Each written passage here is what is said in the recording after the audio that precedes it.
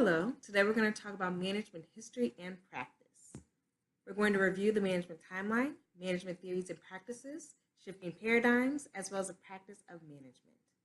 Now, when we're looking at management theories and practices widely used today, they have evolved, as we can see with this timeline. This timeline goes from the early pioneers all the way to contemporary perspectives. We look at theorists and theories. Now, as societies have moved forward, from agrarian systems to early large-scale industries with labor being supervised at the behest of the owners, the role of managers grew. So changes in systems of government, as well as banking and finance, and the creation of markets designed to produce and distribute goods and services on a massive scale have led to these changes. So let's dive right on in. So firstly, the early pioneers. We have Robert Owen, Charles Babbage, Daniel McCollum, and Henry Barnum Poor. Now, when we're looking at specifically Robert Owen, we're looking at how he attempted to improve working conditions and reduce hazards using equipment. And then we go to Charles Babbage, whose research on labor techniques really were essential to the development of management, and he experimented with profit sharing. We move down to Daniel McCollum, who formulated early organizational charts in the railroad industry and organizational management systems, and all the way to Henry Barnum Poor, who wrote on the division of labor related to management hierarchy. Now, these are some of the early pioneers from the 1700s to the 1800s. Now let's go between the 1800s to the 1940s, where we're looking at administrative management. We see Henry Fayol. He formulated early concepts of principles of management.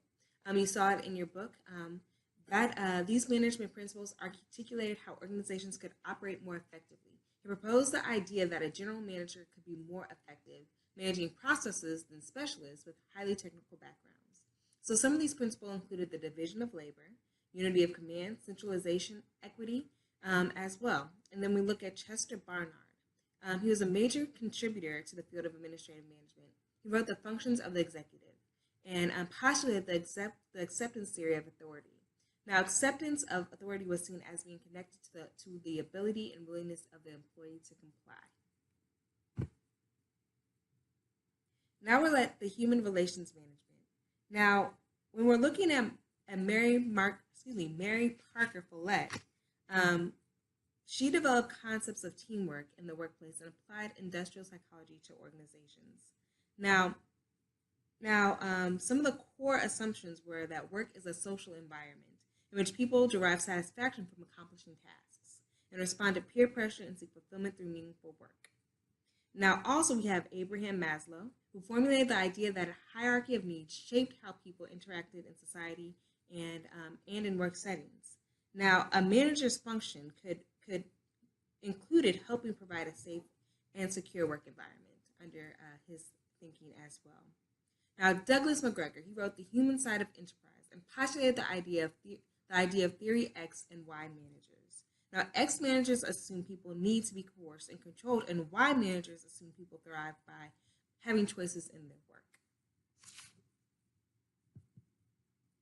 Now let's look at contemporary perspectives, which began from the 1950s on.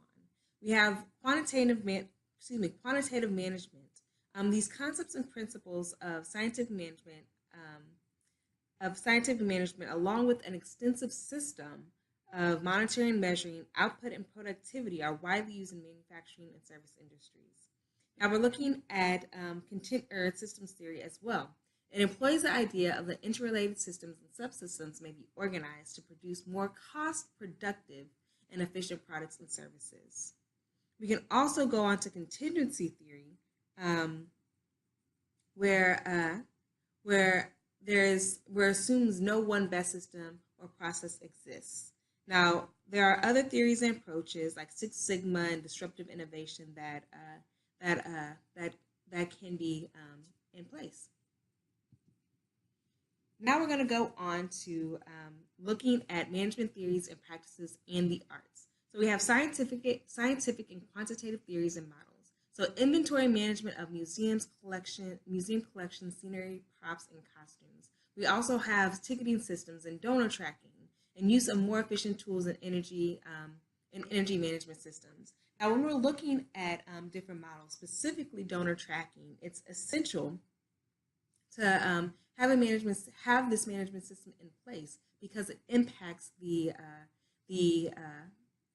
fiscal liability or the sustainability of an organization. When the management practices are not efficient and are not in place, for instance, if you do have a donor tracking system but no one knows how to use it, or you don't have the expertise to be able to apply it effectively, then it impacts your organization in a negative way. So we look at administrative management applied to the arts. We're looking at these examples. Number 2, authority and responsibility. A student, stage, or project manager lacks the authority by nature of their place in an organization. Now, as we're going through and looking at all of these examples, make sure you refer back to the book and think of some examples that might have happened or that might have occurred in your experience or that might occur in the future. Now, when we're looking at human resource and industrial psychology applied to the arts, we can look to people working in arts organizations are highly self-motivated and mostly thrive when not overmanaged. Now, when we're looking at modern management theory, which is applied to the arts, we can look at arts organizations are part of a system and create their own systems as they interact with other organizations and communities and people. So let's talk about shifting paradigms. So paradigms related to the workplace. Now, these are a set of rules or group of ideas about how something should be done, made, or thought about, and they are changing. The impact of technology on the workplace and on the people who are working continue to unfold. I mean, since the 1980s, we've had the internet, which has allowed humans to connect and communicate almost simultaneously or instantaneously, and the pace of work is unprecedented. So think about how access and the ability to access information is altering the way people think and feel and communicate. So the way people access and experience the arts and entertainment present challenges for arts events that are often limited by place and time constraints. These changes, coupled with soaring costs, presents arts managers with a significant problem to overcome if they want their organizations to be relevant to people. So we want technology now demands arts managers who can manage with the future in mind. So just as film and radio and television presented new challenges, there were opportunities that arose from them because of technology that was introduced. Now let's talk about the practice of management. Now, applying Mintzberg's art, craft, and science of management, we can think of the pace of work may be increasing and the demands of a manager may be relentless, but it is important also to remember to focus on continually improving your processes and practices as a manager. Think of it as a cycle. If you don't take time to think about the process and to continuously improve or at least review them, then you might get stuck and you might not be able to do things more efficiently or more effectively. So the art of management requires we integrate our creativity and skills solving problems with resources available. Creativity is not the sole domain of artists. Yes, managers should come in and try different things. So I had a manager once who was trying to let's just say, fix our budget. And this manager came in and said, whoever is able to shave $2,000 off their personal budget would receive a $200 bonus. So that was something that I had never seen before, and it allowed the manager to be creative, and it also allowed our organization to run more effectively and efficiently. So also, the craft of management requires we use what practical learning we have accumulated so far with experiences we gained through doing the mission-driven work of the arts organization. The science of management is grounded in using critical thinking skills to find reputable data and studies about effective management practices based on a body of knowledge about the field.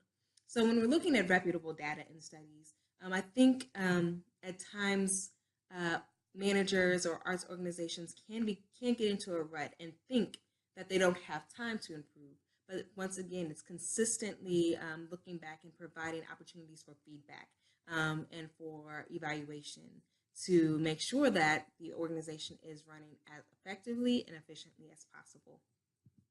So thank you so much for this week's lecture. If you have any questions, please don't hesitate to reach out. Thank you so much.